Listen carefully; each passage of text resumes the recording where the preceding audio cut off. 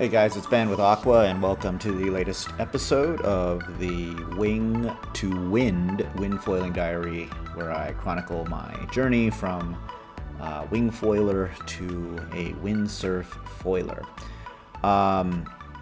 So as I think I mentioned, I have really three goals with this particular video diary or vlog.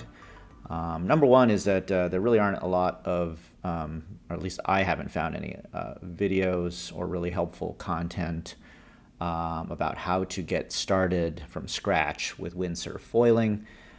Maybe it's just too obvious or something, I don't know. Secondly, I'm hoping these videos I upload will serve as a reference point for my progress for me, as well as for others who are kind of trying to get going as well. Namely, what I did, what decisions I made that went well or went right, what went wrong, and as well as open items or issues that still need work or that I have questions about. Lastly, I'm hoping that this vlog serves as a bridge, if you will, to an eventual straight 101 or beginner or how-to series on windsurf foiling or windfoiling. With that said, let's go ahead and jump right into it. First of all, let's talk about gear or gear selection. What I did, essentially I went with the same gear and setup. The specifics are mentioned in the description to this video down below, so I won't go over it all over again. I will just say that with respect to the foil, this time I did not place it all the way back in the tracks, but rather placed it maybe a centimeter back of middle. Also, the other big change I made was, you know how everyone says that you should put, as you're beginning with windsurf foiling, you should always look to put your foot straps inboard.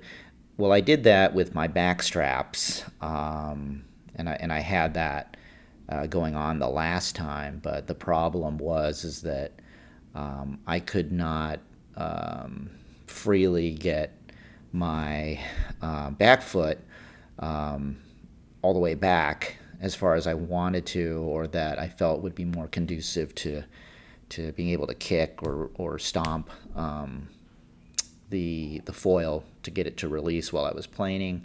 And so in this time I made a change where I, rather than having the rear straps totally inboard, the most inner plugs I could, I actually moved them outward towards the rails on the most outboard plugs that were available, and that allowed me kind of more freedom of movement with my back foot to be able to step back.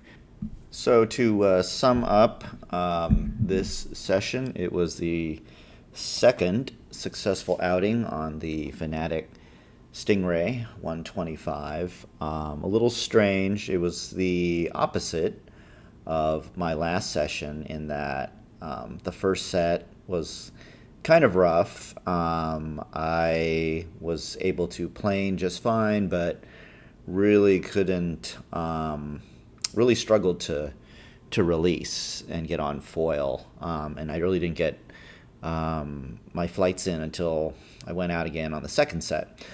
Also, it was a little bit odd that, unlike the last time, all of my flights were with the right foot forward or left foot forward or regular footed for me. I was not able to pull off any goofy flights.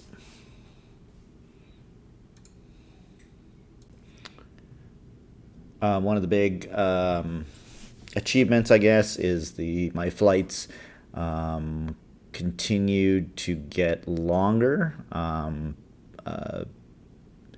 but when I say longer, I mean they can now be measured in seconds instead of milliseconds, but that is progress and I will take it.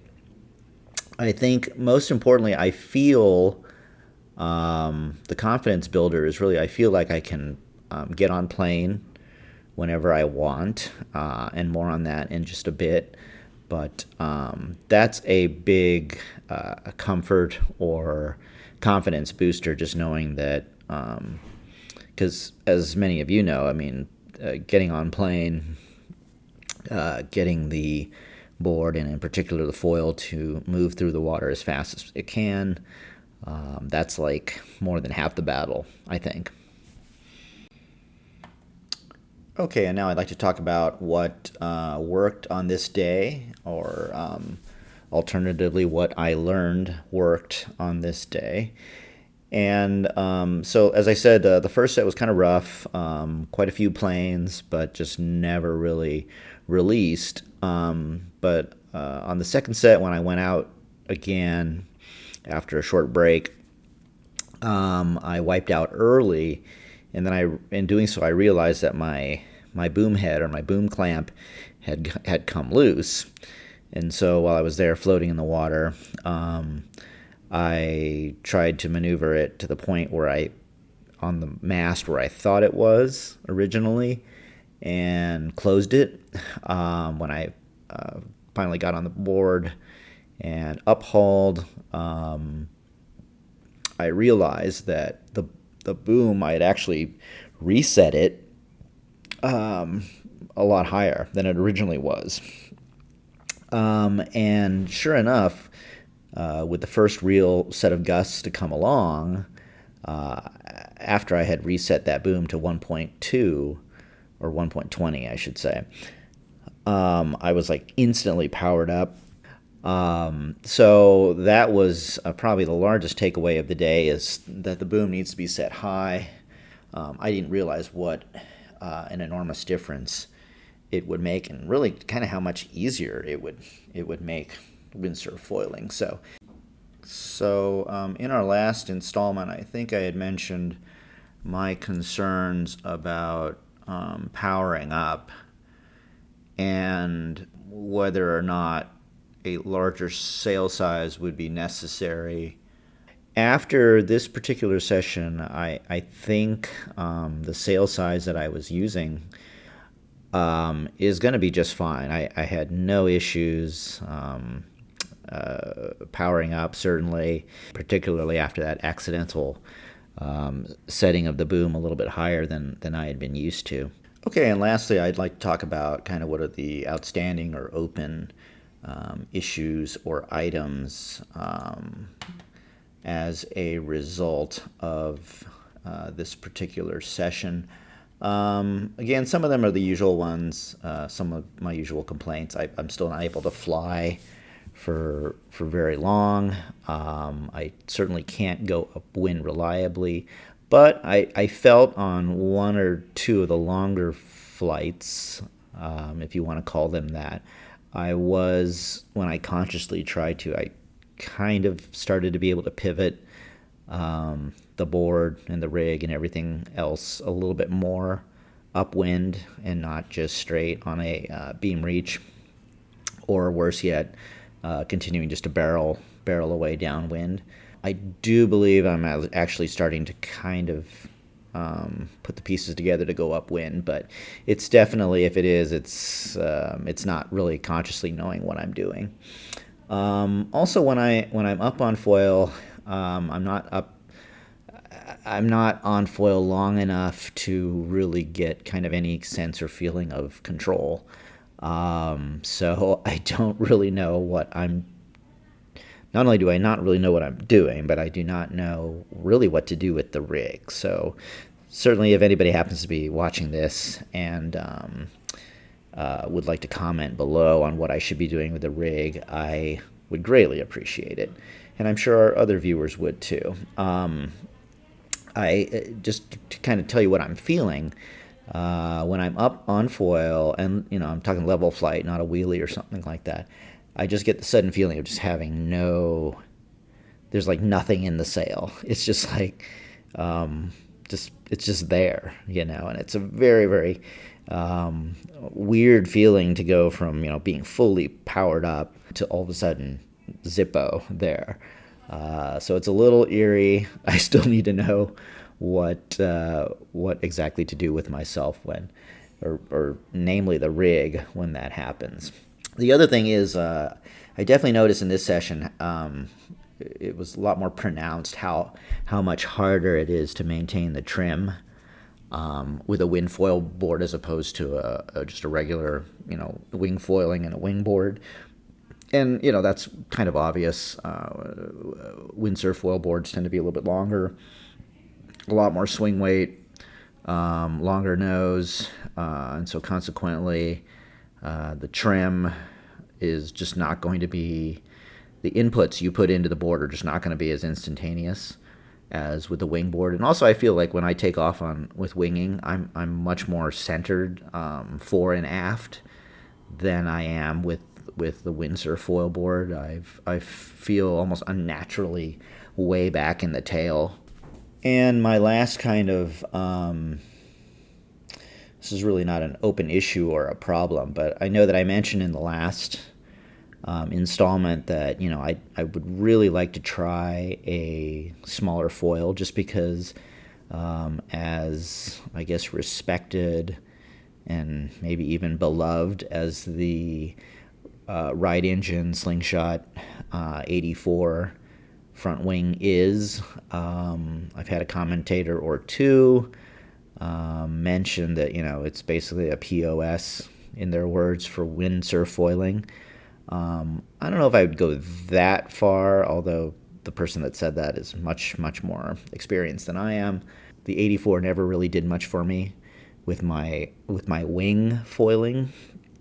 And so maybe I was kind of prejudged against it.